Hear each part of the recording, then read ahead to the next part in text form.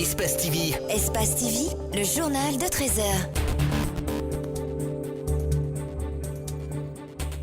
L'installation des exécutifs communaux en Guinée, lancée depuis le 5 octobre dernier, continue d'enregistrer des vagues de contestation et de violence après la commune urbaine de Kindia et d'autres zones rurales. C'est autour de la circonscription de Kintinia, située à 35 km de la ville de Sigiri, d'être le théâtre de tensions entre militants du parti au pouvoir et ceux du candidat indépendant. Les travaux du chantier de rénovation du rond-point de Kagbélin retardent certes les citoyens, saluent son importance, mais fustigent le retard qu'accusent des travaux, mais aussi les heures d'activité qui coïncident aux heures de pointe. Vous aurez les détails dans un instant dans cette édition d'information. C'est tout pour les titres. Le développement, c'est dans un court instant.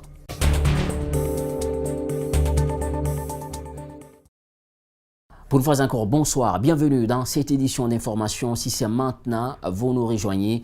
La première dame de la République, accompagnée des femmes diplomates et épouses des membres du gouvernement, a effectué une visite mercredi sur le complexe Swapiti Kalita. C'est dans Dubrika à Diagene Kaba. Condé s'assure surpris de l'état d'avancement des travaux qui sont en train d'être réalisés sur le Concouré. Malik Sandiana Kamara signe ce reportage. Le barrage Swapiti est en construction sous le fleuve Concouré. Ce barrage hydroélectrique de 450 MW donne de l'espoir aux Guinéens quant à l'électrification du pays une fois les travaux terminés. La première dame de la République, pour sa toute première fois, se rend sur ce site pour s'enquérir des réalités. Par tout ce que nous voyons ici, et on se rend compte du travail abattu. Et ce qui me réjouit surtout, c'est de savoir que dans moins de 2 ans, la Guinée sera entièrement électrifiée. Et ça, c'est une grande joie. C'est le lieu vraiment de remercier l'initiative du président de la République, qui est le VRP de la Guinée, c'est-à-dire le grand commercial qui vend la Guinée à bon escient. Guidé par des techniciens, toutes les étapes du projet et ses caractéristiques ont été brièvement expliquées à la délégation. À date, le niveau d'exécution de ce méga-projet est à 51%. S'agissant de la première dame, naturellement, on est très honorés, très flattés. Heureusement, elle est venue, elle a trouvé que les travaux avancent vraiment à la satisfaction générale, à la satisfaction de tout le monde. Et comme je l'ai dit aussi, vous en êtes témoin, nous recevons quasi quotidiennement de la vie ici, des personnes de tous bords. L'occasion a été mise à profit pour conduire la délégation de la première dame de la République sur le site Kaleta. Les installations sont visitées. Une autre bonne impression. Ici, sous les 3 turbines du barrage, 2 seulement fonctionnent pendant la journée à cause de la baisse du niveau d'eau. Ce qui justifie actuellement les coupures d'électricité dans certains foyers, précisent les techniciens. À célébration mercredi du 73e anniversaire de la création de l'Organisation des Nations Unies en Guinée. Comme chaque année 24 octobre, les Nations Unies regroupant en son sein les États qui ont accepté de remplir les obligations célèbrent cette journée mémorable en vue de sauvegarder la paix et la sécurité internationale à travers le monde entier. Mohamed Valek Touré, Amar Alexila étaient de la partie suivie. La Guinée, à l'instar des autres pays, a commémoré la Journée internationale des Nations Unies ce mercredi 24 octobre. Comment sauvegarder la paix dans le monde et instituer entre les États une coopération politique et économique sur le respect de l'égalité des droits des peuples ont été, entre autres questions, débattues. Nous savons que le respect des droits fondamentaux et de la dignité humaine est une condition indispensable à la paix. Les conflits se multiplient. Les gens souffrent, mais nous ne baissons pas les bras, car nous savons que chaque homme, chaque femme, chaque enfant mérite de vivre en paix. En toile de fond de cette célébration, une organisation pour tous, une force mondiale fondée sur les responsabilités partagées au service des sociétés. Les défis à relever sont énormes. La célébration du 73e anniversaire de notre organisation se tient dans un contexte économique et social complexe, qui pourrait affecter les progrès que nous avons déjà réalisés, notamment la réduction des inégalités par la mise en œuvre des programmes de développement. La Guinée, à travers cette journée mémorable, a renouvelé l'attachement de la République aux idéaux de l'institution. L'invite a été donné aux États à respecter leur engagement dans le cadre de la mise en œuvre de l'agenda 2030 des Nations Unies. Ainsi, notre ambition légitime de développement devrait aussi reposer sur la protection de l'environnement et la lutte contre le réchauffement climatique.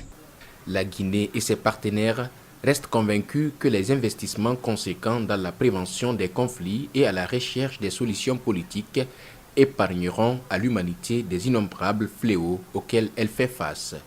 L'occasion était tout de même de rendre hommage à la famille onusienne suite au décès de Kofi Annan, ancien secrétaire des Nations Unies. Toujours dans le même cadre, le système des Nations Unies en Guinée continue ses séries au lendemain du 24 octobre 2018 qui marque le 73e anniversaire de cette institution. Son démembrement en Guinée a organisé un cas d'échange avec les étudiants de l'université Gamal Abdel Nasser de Conakry. La raison portée à la connaissance des jeunes les objectifs de développement durable, un projet phare de l'institution. Abdourahmane Ba et Ibrahim Souma étaient de la partie. Devant ce parterre d'étudiants, cet expert du système des Nations Unies en Guinée explique la genèse et les enjeux de l'objectif de développement durable, un projet initié par l'institution depuis les années 90. C'est un cadre global pour le développement socio-économique et c'est important qu'on puisse vraiment déjà nous assurer qu'il y avait une compréhension des ODD avec les étudiants et surtout qu'on soit en mesure d'échanger à bâton rompu avec ces jeunes étudiantes et étudiants aujourd'hui. Ce projet implique majoritairement les jeunes. Il aborde plusieurs thématiques, notamment le chômage, l'immigration, l'emploi et l'entrepreneuriat jeune. On a des projets ici, mais c'est le problème de financement qui nous manque. Et avec l'appui de ces gens-là, peut-être on va réaliser ce qu'on veut, quoi. Aujourd'hui, les initiatives ne manquent pas pour les jeunes diplômés, mais leur réalisation reste un défi. Ce programme, dans sa globalité, dit se conformer aux politiques de développement des pays membres de l'ONU. Et donc tous les plans des partenaires ensuite de mise en œuvre, y compris les agences des Nations Unies, doivent s'inspirer de ce plan pour que tout le monde soit dans le même cadre et qu'on puisse avoir des résultats communs. Ce 73e anniversaire va se fêter durant tout le mois d'octobre à travers des séries d'activités. Quant à ce programme, il se résume en plusieurs étapes qui vont s'étendre jusqu'en 2030 dans tous les États membres du système des Nations Unies. 72 heures après les événements malheureux survenus lors de la manifestation de l'opposition dite républicaine, le mardi dernier, le Balai citoyen vient de rendre public un rapport synthèse d'observation citoyenne.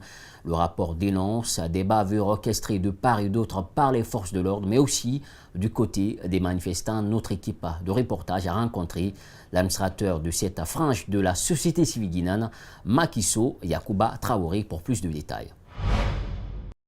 C'est un rapport accablant qui décrit le contexte de la manifestation réprimée par les forces de l'ordre d'une part et les agissements des manifestants de l'autre bord. Le Balai citoyen, dans son rôle de veille et d'alerte, entend soumettre ce document au parquet afin de diligenter une enquête sérieuse selon Sékou Koundounou, l'administrateur de cette cellule de la société civile guinéenne.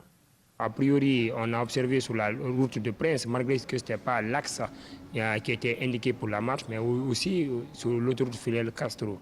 Donc de façon résumée, il y a eu un constat et il y a eu aussi des recommandations pour l'opposition, pour la mouvance, y compris pour les manifestants. Côté force de maintien et des rétablissements de l'ordre, le rapport du Balai citoyen indique que le port d'armes conventionnelles n'a pas été respecté par endroits. Aussi, au niveau de la police et la gendarmerie, nous avons fait constater, au niveau de certains officiers et sous-officiers, la présence des pistolets, des PMK, et nous avons aussi fait constater un dispositif impressionnant, tant sur l'axe que sur la route de Prince. Cette manifestation interdite par les autorités a été bravée par les opposants. L'itinéraire même annoncé au préalable n'a pas été suivi, observe le Balai citoyen dans son rapport synthèse. Du point de vue constat, nous avons fait observer lors de cette manifestation du 23 octobre 2018 des manifestants qui détenaient des jets de pierre, qui détenaient des armes blanches. Dans ce rapport synthèse, plusieurs propositions ont été avancées pour tout besoin d'enquête.